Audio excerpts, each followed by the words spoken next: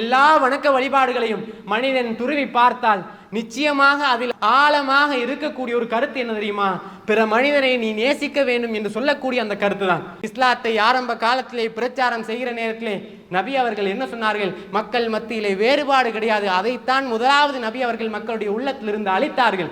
எல்லா மனிதர்களும் சமமானவர்கள் என்பதை நபிகளா ஸல்லல்லாஹு அலைஹி வஸல்லம் அவர்கள் அழகான முறையிலே மக்களுக்கு தெளிவுபடுத்தினார்கள். இன்னல் ஹம்தலில்லாஹ் நஹ்மதுஹு வ நஸ்தஈனுஹு வ நஸ்தக்ஃபிருஹு வ நஊது பில்லாஹி மின் ஷுரூரி அன்ஃபுஸினா வ மின் ஸய்யிஆத்தி அஅமாலினா மை யஹ்திஹில்லாஹு ஃபலா முضில்ல லஹு வ மை யுضلில்ஹு ஃபலா ஹாதிய லஹு அஷ்ஹது அன் லா இலாஹ இல்லல்லாஹ் வ அஷ்ஹது அன்ன முஹம்மதன் அப்துஹு வ ரசூலுஹு அம்மா பஅத் ஃபகத் கால அல்லாஹு தஆலா ஃபில் குர்ஆனில் கரீம் பஅத அஊது பில்லாஹி மினஷ் ஷைத்தானிர் ரஜீம் பிஸ்மில்லாஹிர் ரஹ்மானிர் ரஹீம் யா அய்யுஹல்லதீன ஆமனு தகுல்லாஹ் ஹக்க துகாத்திஹி வ லா தமூதுன்ன இல்லா வ அன்தும் முஸ்லிமூன் வ கால ஐதன் யா அய்யுஹன் நாஸ் இத்தகு ரப்பக்குமுல்லதீ ஹலகக்கும் மின் நஃப்ஸின் வாஹிதா وخلق منها زوجها وبث منهما رجالا كثيرا ونساء واتقوا الله الذي تساءلون به والارحام ان الله كان عليكم رقيبا وقال ايضا يا ايها الذين امنوا اتقوا الله وقولوا قولا سديدا يصلح لكم اعمالكم ويغفر لكم ذنوبكم ومن يطع الله ورسوله فقد فاز فوزا عظيما وقال النبي صلى الله عليه وسلم فإن أصدق الحديث كتاب الله وخير الهدي هدي محمد صلى الله عليه وسلم وشر الأمور محدثاتها وكل محدثة بدعة وكل بدعة ضلالة وكل ضلالة في النار.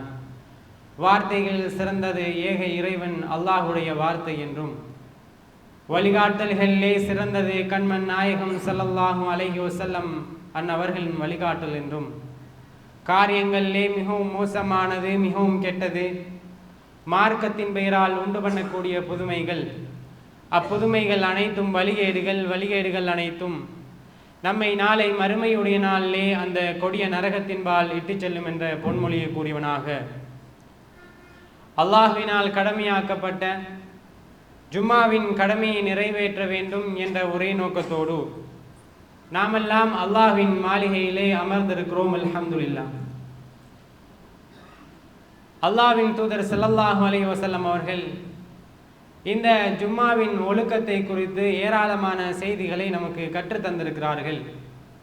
அதிலே நபி அவர்கள் நபி தோழர்களுக்கு ஞாபகப்படுத்திய ஒரு விடயம்தான் இமாம் மிம்பரிலே ஏறி உரையாற்றி கொண்டிருக்கக்கூடிய இந்த சந்தர்ப்பத்திலே உங்களுக்கு அருகில் இருக்கக்கூடிய உங்களுடைய தோழரை பார்த்து நீங்கள் அமைதியாக வாய்மூடி இருக்குமாறு சொன்னாலும் கூட நீங்கள் ஒரு வீணான காரியத்திலே ஈடுபட்டு விட்டீர்கள் என்று நபி அவர்கள் அந்த நபி தோழர்களுக்கு ஞாபகப்படுத்தினார்கள். அதனால் நீங்கள் ஜும்மாவின் எந்த நன்மையை எதிர்பார்த்து ஜும்மாவுடைய தினத்திலே தன்னுடைய வேலைகளை எல்லாம் விட்டுவிட்டு அல்லாஹுடைய மாளிகையில் நீங்கள் வந்து அமர்ந்திருக்கிறீர்களே, இந்த முழுமையான நன்மையை உங்களால் அடைந்து கொள்ள முடியாது என்று நபிகளார் ஸல்லல்லாஹு அலைஹி வஸல்லம் அவர்கள் அந்த நபித்தோழர்களுக்கு ஞாபகப்படுத்தினார்கள். அதே செய்தியை நானும் உங்களுக்கு ஞாபகப்படுத்தியவனாக இந்த அழகான சந்தர்ப்பத்திலே பிற மனிதர்களை நேசிப்போம் என்ற தலைப்பிலே ஒரு சில மிக முக்கியமான செய்திகளை உங்களுக்கு ஞாபகப்படுத்தலாம் என்று நினைக்கிறேன். நாம் ஏற்றிருக்கக்கூடிய தூய மார்க்கமான இந்த இஸ்லாமிய மார்க்கத்தை பொறுத்த வரைக்கும் ஒரு மனிதன் பிறந்ததிலிருந்து இறக்கும் வரை அவனுக்கு ஏற்படக்கூடிய பிரச்சனைகளாக இருக்கலாம், இந்த உலகத்தில் மனிதன் எப்படி வாழ வேண்டும் என்பது குறித்து அனைத்து விடயங்களையும் போதிக்கக்கூடிய ஒரு தூய மார்க்கமான இஸ்லாமிய மார்க்கத்தை தான் நாமெல்லாம் ஏற்றுக்கொண்டிருக்கிறோம். அப்படியாப்பட்ட இந்த இஸ்லாமிய மார்க்கம் நமக்கு ஏராளமான வணக்க வழிபாடுகளை எல்லாம் கற்றுத்தருகிறது. நபிகளார் ஸல்லல்லாஹு அலைஹி வஸல்லம் அவர்களுடைய 23 ஆண்டுகால அந்த வாழ்க்கையை எடுத்து பார்த்தால் அது முழுக்கவும் நபி அவர்கள் வாழ்ந்து காட்டிய முறையாக இருக்கலாம், அல்லது நபி அவர்கள் எதையெல்லாம் நமக்கு வணக்கமாக கற்றுத்தந்தார்களோ இந்த அத்துணை விடயங்களையும் ஒரு மனிதன் ஆழமாக சிந்தித்தால் அதிலே நீ பிற மனிதனை நேசிக்க வேண்டும் என்று சொல்லக்கூடிய அந்த விடயம் இருக்கிறதே, அதுதான் அதிகமான விடயங்களிலே ஆழமாக இருப்பதை நாம் எல்லாம் கவனிக்கலாம். ஏனென்று சொன்னால், இஸ்லாம் சொல்லக்கூடிய என்ன காரியத்தை எடுத்து பார்த்தாலும், குடும்பம் சம்பந்தப்பட்ட விடயங்களை எடுத்து பாருங்கள். கணவன் மனைவியை எப்படி நேசிக்க வேண்டும், தாய் பிள்ளைகளை எப்படி நேசிக்க வேண்டும், பிள்ளைகள் பெற்றோரை எப்படி நேசிக்க வேண்டும் என்று அது குறித்த செய்திகளை பேசுகிறது. அதே போன்று அரசியல் சித்தாந்தங்களை குறித்து பார்த்தால், ஒரு தலைவனாக இருக்கக்கூடியவன் தனக்கு கீழால் இருக்கக்கூடிய மக்களோடு எப்படி நடக்க வேண்டும் என்பதை, அவர்களுக்கு எப்படி அன்பு காட்ட வேண்டும் என்பதை, அவர்களோடு எப்படி நல்ல முறையில் நடக்க வேண்டும் என்பதை இஸ்லாம் நமக்கு சொல்லி காட்டுகிறது. இப்படி எல்லா வணக்க வழிபாடுகளை எடுத்து பார்த்தால் நபி அவர்கள் சொன்னார்கள், நீங்கள் அதிகமாக மக்கள் மத்தியிலே சலாத்தை பரப்புங்கள். உங்களுக்கு தெரிந்தவராக இருக்கலாம், தெரியாதவராக இருக்கலாம், அதிகமாக சலாத்தை சொல்லுங்கள். சலாத்தின் வெளிப்பாடு என்ன? நாம் அவருக்காக அல்லாஹ்விடத்திலே பிரார்த்தனை செய்கிறோம். பிற மனிதனை நேசிக்காத ஒரு மனிதனால் அவனுக்காக அல்லாஹ்விடத்தில் பிரார்த்தனை செய்ய முடியாது. அப்ப நேசத்தின் வெளிப்பாடை அல்லாஹ்வும் அல்லாஹ்வுடைய தூதர் ஸல்லல்லாஹு அலைஹி வஸல்லம் அவர்களும் எல்லா வணக்க வழிபாடுகளிலும் நமக்கு கற்றுத்தருகிறார்கள். இன்னும் சொல்லுவதாக இருந்தால், மிக பெரும் செல்வந்தர்களாக இருக்கக்கூடியவர்களுக்கு அல்லாஹ் ரப்புல் ஆலமீன் ஒரு கட்டாய கடமையை வைத்திருக்கிறான், ஜகாத் என்று சொல்லக்கூடிய ஒரு கடமை. அதற்கான காரணம் என்ன? உலகத்தில் ஏழையாக இருக்கக்கூடிய மனிதன் பசியோடும் பட்டினியோடும் இறந்துவிடக் கூடாது என்பதற்காக செல்வந்தர்களாக இருக்கக்கூடிய மனிதர்களை பார்த்து சொல்கிறான், உங்களுடைய செல்வத்தில் ஒரு பகுதியை நீங்கள் அவர்களுக்காக ஜகாத்தாக நீங்கள் கொடுக்க வேண்டும் என்பதை இஸ்லாம் நமக்கு கடமையாக்கி இருக்கிறது. இப்படி எல்லா வணக்க வழிபாடுகளையும் மனிதன் துருவி பார்த்தால் நிச்சயமாக அதில் ஆழமாக இருக்கக்கூடிய ஒரு கருத்து என்ன தெரியுமா? பிற மனிதனை நீ நேசிக்க வேண்டும் என்று சொல்லக்கூடிய அந்த கருத்து தான். அவன் இப்படியாப்பட்ட ஒரு வாழ்க்கை, பிற மனிதனை நேசிக்கக்கூடிய ஒரு வாழ்க்கையா நாங்கள் இன்றைக்கு வாழுகிறோம் என்று பார்த்தால் நிச்சயமாக அப்படியாப்பட்ட வாழ்க்கை எந்த மனிதத்திலும் கிடையாது. முஸ்லிம்களாக இருக்கக்கூடிய நம்மிடத்திலே அப்படியாப்பட்ட அந்த பழக்கம், அப்படி பிற மனிதர்களை நேசிக்க வேண்டும் என்று சொல்லப்படக்கூடிய அந்த விடயம் நம்முடைய முஸ்லிம் சமுதாயத்திடத்திலே மிக குறைவாக இருப்பதை நாம் எல்லாம் பார்க்கிறோம். நபிகளார் ஸல்லல்லாஹு அலைஹி வஸல்லம் அவர்கள் சொன்னார்கள், யா இபாதி இன்னக்கும் துக்திஊன பில்லைலி வன்னஹார், நீங்கள் இரவிலும் பகலிலும் பாவம் செய்யக்கூடியவர்களாக இருக்கிறீர்கள் என்று நபிகளார் ஸல்லல்லாஹு அலைஹி வஸல்லம் அவர்கள் சொல்லக்கூடிய ஒரு செய்தி. நீங்கள் இரவிலும் பகலிலும் எல்லா நேரங்களும் மனிதனாக இருக்கக்கூடியவன் பாவம் செய்கிறான். இப்படி பாவம் செய்யக்கூடிய மனிதன் இன்றைக்கு நம்முடைய நிலை எப்படி தெரியுமா இருக்கிறது? ஒரு மனிதன் ஒரு தவறிலே ஈடுபட்டு விட்டான் சொன்னால் உடனே அதை மக்கள் மத்தியிலே பரப்பக்கூடிய மக்களாகத்தான் நாம் எல்லாம் இருக்கிறோம். முஸ்லிம் சமுதாயமாக இருக்கலாம், மாற்று மதத்தவர்களாக இருக்கலாம், யாராக இருந்தாலும் இதற்கு முந்தைய காலங்களை போன்று கிடையாமல் இன்றைக்கு ஒரு நொடியிலே உலகம் முழுவதும் பார்க்கும் அளவுக்கு நம்மால் எந்த செய்தியையும் பரப்ப முடியலாம். அப்படி யாராவது ஒரு மனிதன் ஏதாவது ஒரு தவறை செய்துவிட்டால் இன்றைக்கு நாம் உடனே அதை பரப்பி விடுகிறோம். அந்த தவறு அவனுக்கும் அல்லாஹுக்கும் மாத்திரம் இடையிலே இருக்கக்கூடிய ஒரு தவறாக இருந்தாலும் கூட அப்படியாப்பட்ட தவறுகளை நாம் உலகம் பார்க்கும் வரை அதை பரப்பக்கூடிய மக்களாக இருக்கிறோம். இது என்ன காரணத்தினால் நாம் இந்த காரியத்தை செய்கிறோம் சொன்னால், இஸ்லாம் சொல்லக்கூடிய அடிப்படையான இந்த பிறரை நேசிக்கக்கூடிய இந்த விடயம் இருக்கிறதே, பிறரை நேசிக்கக்கூடிய ஒரு மனிதன் ஒரு காலம் இந்த காரியத்தில் ஈடுபட மாட்டான். தன்னுடைய குடும்பத்தில் இருக்கக்கூடிய தன்னுடைய தாயோ தந்தையோ தன்னுடைய மனைவியோ தன்னுடைய பிள்ளைகளோ ஒரு தவறை செய்தால் யாரும் அதை மக்கள் மத்தியிலே பரப்புவது கிடையாது. ஆனால் யாரோ ஒரு மனிதர் அவருக்கும் அல்லாஹுக்கும் மத்தியிலே இருக்கக்கூடிய ஒரு விடயம், அந்த விடயத்தை அவர் தவறான காரியத்தில் ஈடுபட்டு விட்டால் அதை நாம் உடனே மக்கள் மத்தியிலே பரப்புகிறோம். இஸ்லாம் இந்த விடயத்தை நமக்கு கற்றுத்தருகிறது. அல்லாஹ்வின் தூதர் ஸல்லல்லாஹு அலைஹி வஸல்லம் சொன்னார்கள், ஒமன் சத்தர முஸ்லிமன் சத்தரஹுல்லாஹு யௌமல் கியாமா, எவன் பிறருடைய குறைகளை மறைக்கிறார்களோ அவர்களுடைய குறைகளை அல்லாஹ் ரப்புல் ஆலமீன் மறைக்கிறான் என்று நபி அவர்கள் பேசக்கூடிய ஒரு செய்தி இருக்கிறது. அது மட்டும் கிடையாது, நபிகளார் ஸல்லல்லாஹு அலைஹி வஸல்லம் அவர்கள் இறுதி ஹஜ்ஜின் போது மக்கள் மத்தியிலே எழுந்து சொன்னார்கள் என்ன தெரியுமா? நபி அவர்கள் மக்கள் மத்தியிலே சொன்ன விடயம் என்ன தெரியுமா? அரஃபாவுடைய இந்த தினம் எந்த அளவுக்கு புனிதமானதோ, மக்கா முக்கர்ரமா எந்த அளவுக்கு புனிதமானதோ, அதே போல துல்ஹஜ்ஜுடைய இந்த மாதம் எந்த அளவுக்கு புனிதமானதோ அதே அளவுக்கு பிறருடைய மானமும் பிறருடைய மான மரியாதை புனிதமானது என்று நபிகளார் ஸல்லல்லாஹு அலைஹி வஸல்லம் அவர்கள் அந்த மக்கள் மத்தியிலே எழுந்து உபதேசம் செய்தார்கள். இதன் வெளிப்பாடு என்ன? பிறரை நேசிக்கக்கூடிய ஒரு மனிதனால் மாத்திரம்தான் இப்படி பிறருடைய குறைகளை பிறருடைய மானங்களை பாதுகாக்க முடியும். இன்றைக்கு இஸ்லாத்திற்கு ஏற்படக்கூடிய அதிகமான அவப்பேருக்கு காரணம் யார் தெரியுமா? முஸ்லிம்களாக இருக்கக்கூடிய நாம் தான். அன்றைய காலத்தில் நபிகளார் ஸல்லல்லாஹு அலைஹி வஸல்லம் அவர்கள் மக்கள் மத்தியிலே குர்ஆனை அதிகமாக போதித்தார்கள். குர்ஆனை பார்த்து இஸ்லாத்தை வந்தவர்களை விட நபிகளாருடைய வாழ்க்கை வழிமுறைகளை பார்த்து இஸ்லாத்தின் பால் ஈர்க்கப்பட்டவர்கள் தான் அதிகமாக இருந்தார்கள். நபிகளாருடைய எதிரியாக இருந்தாலும் கூட போர்க்களத்தில் மாத்திரம்தான் நபிகளார் ஸல்லல்லாஹு அலைஹி வஸல்லம் அவர்களோடு எதிரே நிற்பார்களே தவிர மற்றைய காலங்களிலே நபிகளார் ஸல்லல்லாஹு அலைஹி வஸல்லம் அவர்கள் மக்காவுக்கு சென்றார்கள் என்று சொன்னால் அவர்களிடத்திலே நலங்களை விசாரித்து விட்டு வரக்கூடியவர்களாக நபி அவர்கள் இருந்தார்கள். அதை பார்த்து இஸ்லாத்தை ஏற்றுக்கொண்டவர்கள் இருக்கிறார்கள். அப்படி நபிகளார் ஸல்லல்லாஹு அலைஹி வஸல்லம் அவர்கள் மிக தூய்மையான அழகான ஒரு வாழ்க்கையை நமக்கு கற்றுத்தந்திருந்தும் கூட முஸ்லிம் சமுதாயமாக இருக்கக்கூடிய நாம் பிற மனிதர்களை நேசிக்க தெரியாமல் பிற மனிதர்களோடு நல்ல முறையில் நடந்து கொள்ளாமல் இருப்பதன் காரணமாகத்தான் இஸ்லாத்தின்பால் இஸ்லாம் என்பது ஒரு தீவிரவாதத்தை போதிக்கக்கூடியது, இஸ்லாம் என்பது பிழையான கருத்துக்களை போதிக்கக்கூடியது என்று மக்கள் எல்லாம் இன்றைக்கு இணையதளங்களிலே மாற்று மதத்தவர்கள் பேசுகிறார்கள் சொன்னால் அதற்கு மிக முக்கியமான காரணம் யார் தெரியுமா?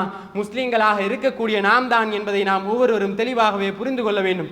இன்னும் எந்த அளவுக்கு இஸ்லாம் நமக்கு அழகான முறையை கற்றுத்தருகிறது தெரியுமா? உங்களுக்கே ஒரு மனிதன் தீங்கிழைத்து விட்டால், ஒரு மனிதன் தவறு செய்கிறான், அதை நீங்கள் பரப்புகிறீர்கள், அதை நீங்கள் பரப்பக்கூடாது என்று இஸ்லாம் சொல்லுகிறது. அதே போல இன்னும் எந்த அளவுக்கு ஒரு படி மேல் போய் இஸ்லாம் எந்த அளவுக்கு தெரியுமா பேசுகிறது?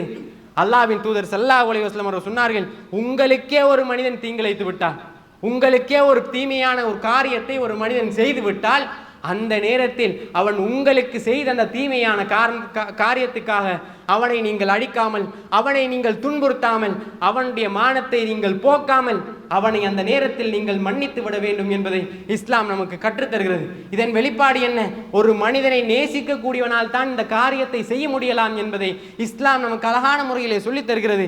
அல்லாஹ் ரப்புல் ஆலமீன் அபூபக்கர் ரலியல்லாஹு அன்ஹு அவர்களுக்கு சொல்லக்கூடிய ஒரு செய்தி என்ன தெரியுமா? ஆயிஷா ரலியல்லாஹு அன்ஹா அவர்களை குறித்த அந்த அவதூறு செய்தி மக்கள் மத்தியிலே பரப்பப்படுகிறது.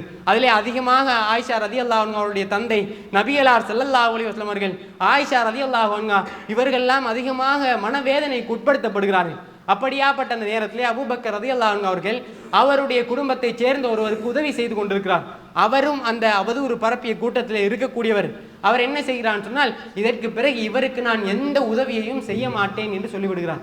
அந்த நேரத்தில் அல்லாஹ் ரப்புல் ஆலமீன் ஒரு வசனத்தை இருக்கிறான் தெரியுமா? அலா துஹிப்பூன யக்ஃபிரல்லாஹு லக்கும், அல்லாஹ் உங்களை மன்னிக்க வேண்டும் என்பதை நீங்கள் விரும்ப மாட்டீர்களா? மனிதன் இன்றைக்கு எந்த அளவுக்கு அல்லாஹுக்கு தீங்கிழைத்துக் கொண்டு அல்லாஹ் சொல்லாத காரியங்களை எல்லாம் செய்து கொண்டிருக்கிறான். அப்படி மனிதனை அல்லாஹ் ரப்புல் ஆலமீன் மன்னிக்க வேண்டும் என்று சொன்னால் பிற மனிதனை நீ மன்னிக்க வேண்டும் என்பதை இஸ்லாமிய மார்க்கம் கற்றுத்தருகிறது. அவ்வளவு தூய்மையான மார்க்கமாக இஸ்லாம் இருக்கிறது. ஆனால் மக்கள் மத்தியிலே போகக்கூடிய பேர் இருக்கிறது, அது வேறு பெயராகத்தான் மக்கள் மத்தியிலே சென்றடைகிறது. காரணம் முஸ்லிம்களாக இருக்கக்கூடிய நம்முடைய சமுதாயம் தான். இஸ்லாம் அந்த அளவுக்கு தனக்கே ஒருவன் தீங்கிழைத்திருந்தால் கூட அதை நீ மன்னிக்க வேண்டும், அப்படி மன்னித்தால் தான் அல்லாஹ் ரப்புல் ஆலமீன் உன்னை மன்னிப்பான் என்று இஸ்லாம் நமக்கு அழகான முறையிலே கற்றுத்தருகிறது.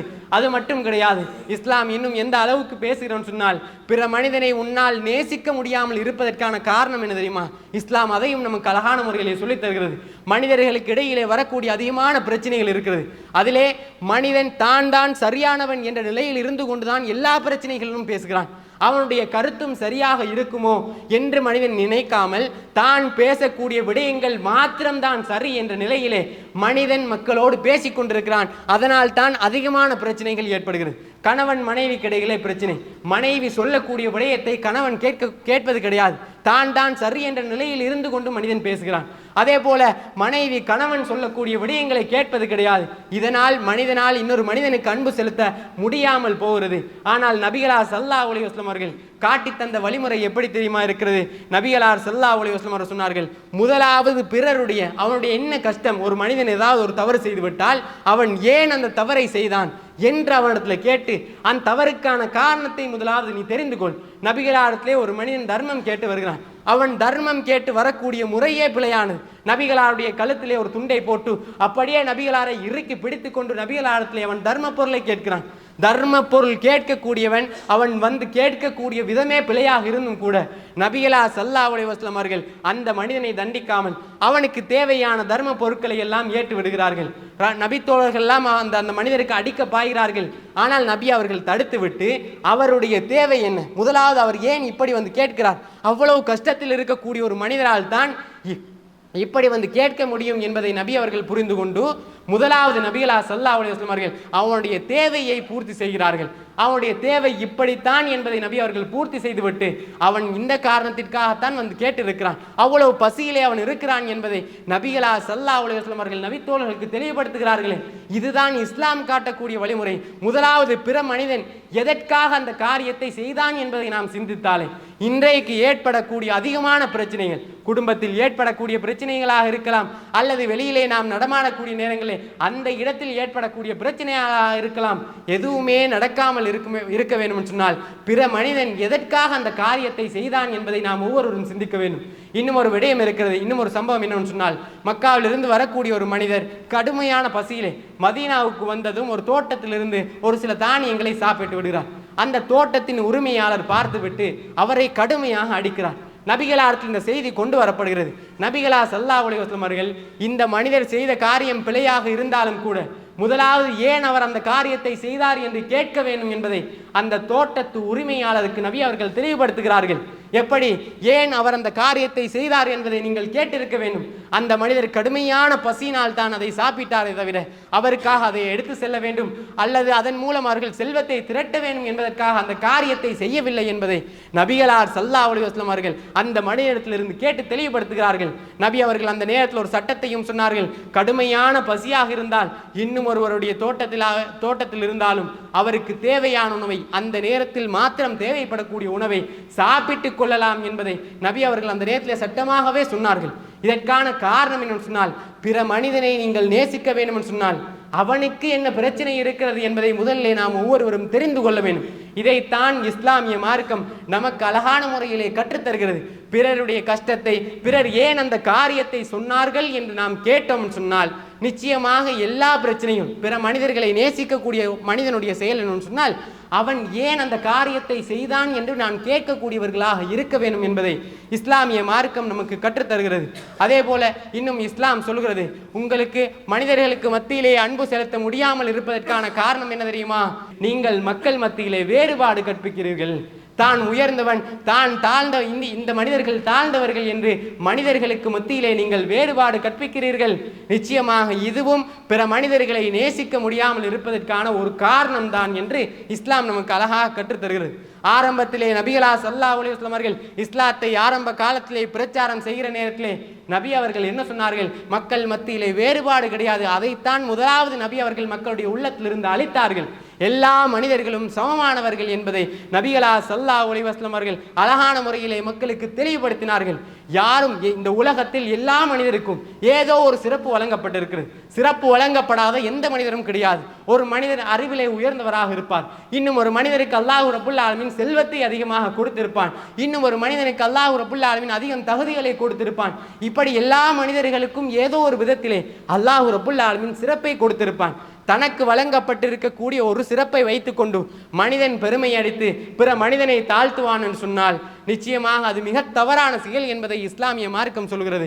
நபிகளா ஸல்லல்லாஹு அலைஹி வஸல்லம் அவர்கள் இறுதி ஹஜ்ஜின் போது மக்கள் மத்தியிலே சொன்னார்கள், யா அய்யுஹன்னாஸ், மக்களே, அலா இன் ரப்பக்கும் வாஹித், உங்களுக்கு ஒரே இறைவன், உங்களுடைய கடவுள் ஒரே இறைவன் தான், வைன்ன அபாக்கும் வாஹின், உங்களுடைய தந்தையும் ஒருவர் தான் என்று நபிகளா ஸல்லல்லாஹு அலைஹி வஸல்லம் அவர்கள் சொல்லிவிட்டு அலா அலா லா ஃபத்ல லி அரபியின் அலா அஜமி, அரபியை விட அஜமி சிறந்தவர் கிடையாது, அஜமியை விட அரபியும் சிறந்தவர் கிடையாது என்று நபிகளா ஸல்லல்லாஹு அலைஹி வஸல்லம் அவர்கள் அந்த மக்கள் மத்தியிலே மொழி விரிபிடித்த, அதே போன்று கருப்பர் வெள்ளையர் என்று வேறுபாடு பார்க்கக்கூடிய அந்த அரேபிய மக்கள் மத்தியிலே நபி அவர்கள் உரையாற்ற நேரத்திலே சொன்னார்கள், யாரும் கருப்பர் வெள்ளையர் என்று வேறுபாடு பார்க்கக்கூடாது, அப்படி யாரும் சிறந்தவர்கள் கிடையாது என்பதை அல்லாஹ்வின் தூதர் ஸல்லல்லாஹு அலைஹி வஸல்லம் அவர்கள் அந்த நபி தோழர்களுக்கு மத்தியிலே தெளிவுபடுத்தினார்கள்.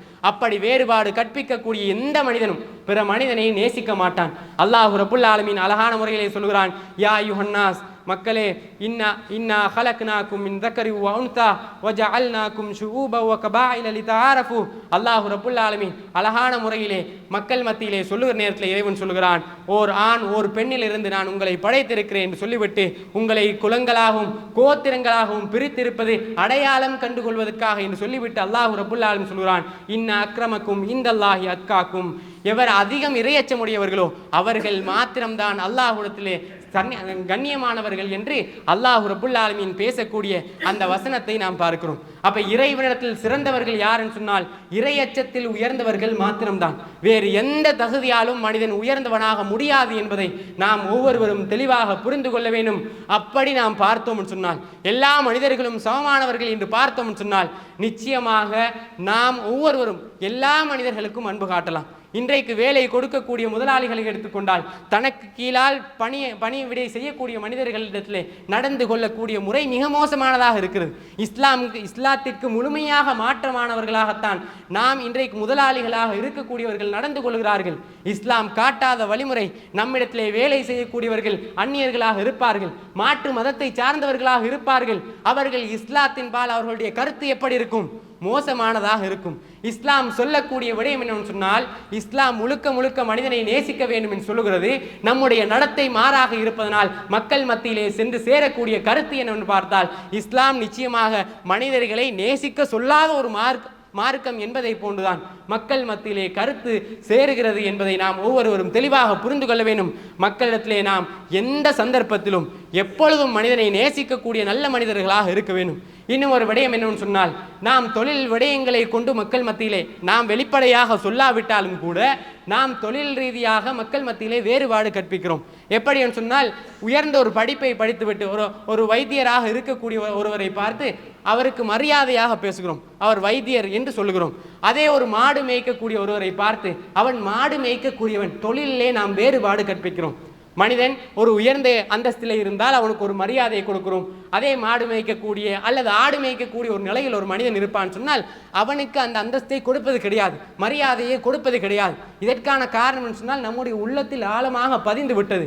மனிதர்களை இப்படித்தான் நாம் அன்றையிலிருந்து இன்றைக்கு வரைக்கும் பிரித்து இடை போட்டு கொண்டிருக்கிறோம். ஆனால் இஸ்லாம் சொல்லுகிறது எல்லா மனிதர்களும் சமமானவர்கள் தான். தொழில் ரீதியாகவோ செல்வம் ரீதியாகவோ யாரையும் நாம் வேறுபாடு கற்பிக்க முடியாது என்று இஸ்லாம் சொல்லுகிறது. நபிகளார் ஸல்லல்லாஹு அலைஹி வஸல்லம் அவர்கள் சொன்னார்கள், நாமெல்லாம் ஆடு மேய்க்கக்கூடியவர்களை மாடு மேய்க்கக்கூடியவர்களை கேவலமாக கருதுவோம் சொன்னால் அந்த தொழிலை நாம் இழிவாக பார்ப்போம் சொன்னால் நபி அவர்கள் என்ன தெரியுமா சொன்னார்கள்? அல்லாஹ்வினால் அனுப்பப்பட்ட எல்லா இறை தூதர்களும் ஆடு மேய்த்து இருக்கிறார்கள். எல்லா இறை தூதரும். நபி அவர்கள் கேள்வி வருகிறது, யார சொல்ல நீங்களும் மேய்த்திருக்கிறீர்களா, ஆடு மேய்த்திருக்கிறீர்களா என்று கேட்கிற நேரத்தில் நானும் மக்காவுடைய வீதிகளிலே ஆடு மேய்த்திருக்கிறேன் என்று நபி அவர்கள் பதிலளித்தார்கள். எந்த தொழிலை வைத்தும் யாரும் யாரையும் இழிவாக கருத முடியாது என்பதை இஸ்லாம் நமக்கு தெளிவாக சொல்லுகிறது. இதையெல்லாம் சொல்லுவதற்கான காரணம் சொன்னால் இஸ்லாம் எந்த ஒரு விடயத்தையும் கொண்டு மனிதனுக்கு மத்தியிலே நீங்கள் வேறுபாடு கற்பிப்பீர்கள் சொன்னால் உங்களால் மனிதர்களிடத்திலே நல்ல முறையில் நடந்து கொள்ள முடியாது. நல்ல முறையில் நீங்கள் நடந்து கொள்ளாவிட்டால் அல்லாஹ்வும் உங்களோடு அப்படி நடந்து கொள்ள மாட்டான். மனிதனை நாம் நேசிக்காதவரை அல்லாஹ்வும் நம்மை நேசிக்க மாட்டான். மனிதனுக்கு நலவு நாடுவதுதான் இஸ்லாம் என்று இஸ்லாம் நமக்கு அழகான முறையிலே கற்றுத்தருகிறது. அப்படி இருந்தும் கூட இப்படியாப்பட்ட விடயங்களை கொண்டு மனிதர்களுக்கு மத்தியிலே வேறுபாடு கற்பித்து மனிதர்களை நேசிக்காதவர்களாக இருக்கிறார்கள். யாரும் யாரை விடவும் உயர்ந்தவர்கள் கிடையாது. ஏன் சொன்னால் இஸ்லாமிய மார்க்கம் எந்த அளவுக்கு இதை குறித்து பேசுகிறோம் சொன்னால் செல்வத்தால் தான் உயர்ந்தவன் என்று ஒரு மனிதன் பெருமை எடுத்து மற்ற மனிதர்களை இழிவுபடுத்தினால் அவர்களுடைய நிலை என்ன தெரியுமா? குர்ஆனிலே அல்லாஹ் ரப்புல் ஆலமீன் காரூன் என்று சொல்லப்படக்கூடிய மிக மோசமான ஒருவனை பற்றி இறைவன் பேசுகிறான். அவனுக்கு செல்வத்தை அல்லாஹ் வாரி வாரி வழங்கியிருந்தான். மிக பெரும் செல்வந்தனாக அவனை அல்லாஹ் ரப்புல் ஆலமீன் ஆக்கியிருந்தான். அவன் என்ன தெரியுமா செய்தான்? அந்த செல்வத்தை வைத்துக்கொண்டு மக்களிடத்திலே நல்ல முறையில் நடக்கவில்லை. மக்களோடு நல்ல முறையில் நடந்து கொள்ளாமல் மக்களை எல்லாம் இழிவாக கருதினான். தன்னுடைய அறிவால் தான் இந்த செல்வத்தை சேகரித்தேன் என்று பெருமை அடித்தான். அல்லாஹ் ரப்புல் ஆலமீன் அவனுடைய நிலையை எந்த அளவுக்கு மாற்றினான் தெரியுமா? இறைவன் பேசுகிறான், அவனையும் அவனுடைய செல்வத்தையும் அப்படியே பூமியிலே நாங்கள் புதைக்க செய்தோம் என்று அல்லாஹ் ரப்புல் ஆலமீன் திருக்குர்ஆனிலே பேசக்கூடிய செய்தி இருக்கிறது. செல்வத்தை கொண்டு அவன் எல்லாவற்றையும் தன்னுடைய அறிவால் இதை சேகரித்தேன் என்று மக்களை எல்லாம் இழிவாக கருதி கொண்டு மக்களோடு நல்ல முறையில் நடக்காமல் இருந்ததான் அல்லாஹ் அப்படியாப்பட்ட ஒரு இழிவான ஒரு நிலைக்கு ஆளாக்கி அதை இன்றைக்கு மனிதர்களுக்கு உதாரணமாக வைத்திருக்கிறான். இப்படி ஏராளமான உதாரணங்கள் நாம் திருக்குர்ஆனிலும் ஹதீஸின் வாயிலாலும் நம்மால் பெற்றுக்கொள்ளலாம். யாரெல்லாம் அவர்களுக்கு வழங்கப்பட்ட தனிப்பட்ட அருட்கொடைகளை வைத்துக்கொண்டு யாரெல்லாம் பெருமை அடித்தார்களோ அவர்கள் அத்துணை பேரையும் அல்லாஹ் ரப்புல் ஆலமீன் அழைத்திருக்கிறான். அழைத்து விட்டு இறைவன் சொல்கிறான், இவர்களெல்லாம் உங்களுக்கு உதாரணம் என்று அல்லாஹ் மனிதர்களுக்கு பாடம் நடத்துகிறான். அதனால் நாம் ஒவ்வொருவரும் தெளிவாக புரிந்து கொள்ள வேண்டும். நமக்கு வழங்கப்பட்ட தனிப்பட்ட எந்த அருட்கொடைகளை வைத்தும் தான் உயர்ந்தவன் என்று நாம் பார்ப்போம் சொன்னால் பிற மனிதனை நேசிக்க முடியாத ஒரு நிலைக்கு நாம் ஒவ்வொருவரும் தள்ளப்பட்டு விடுவோம். அப்படி நேசிக்காமல் இருப்போம் சொன்னால் இன்றைக்கு மக்கள் மத்தியிலே எந்த அவப்பேர் நம்முடைய மார்க்கத்தின் மீது இருக்கிறதோ அதே அவப்பேர் இன்னும் அதிகமாக மக்கள் மத்தியிலே பரவும் என்பதை நாம் ஒவ்வொருவரும் தெளிவாக புரிந்து கொண்டு அதிகம் பிற மனிதர்களை நேசித்து இஸ்லாம் நேசத்தை பிற மனிதர்களுக்கு நலவு நாடுவதைத்தான் போதிக்கிறது என்பதை உலக மக்கள் அனைவருக்கும் தெளிவுபடுத்தக்கூடியவர்களாக நம்முடைய வாழ்க்கை முறைகள் மூலம் தெளிவுபடுத்தக்கூடிய நல்ல மக்களாக அல்லாஹ் ரப்புல் ஆலமீன் என்னையும் உங்களையும் ஆக்கி அருள் புரிய வேண்டும் என்று சொல்லி எனது உரையை முடித்துக் கொள்கிறேன். வாஹ்ரதுவானா அல்ஹம்துலில்லாஹி ரப்பில் ஆலமீன்.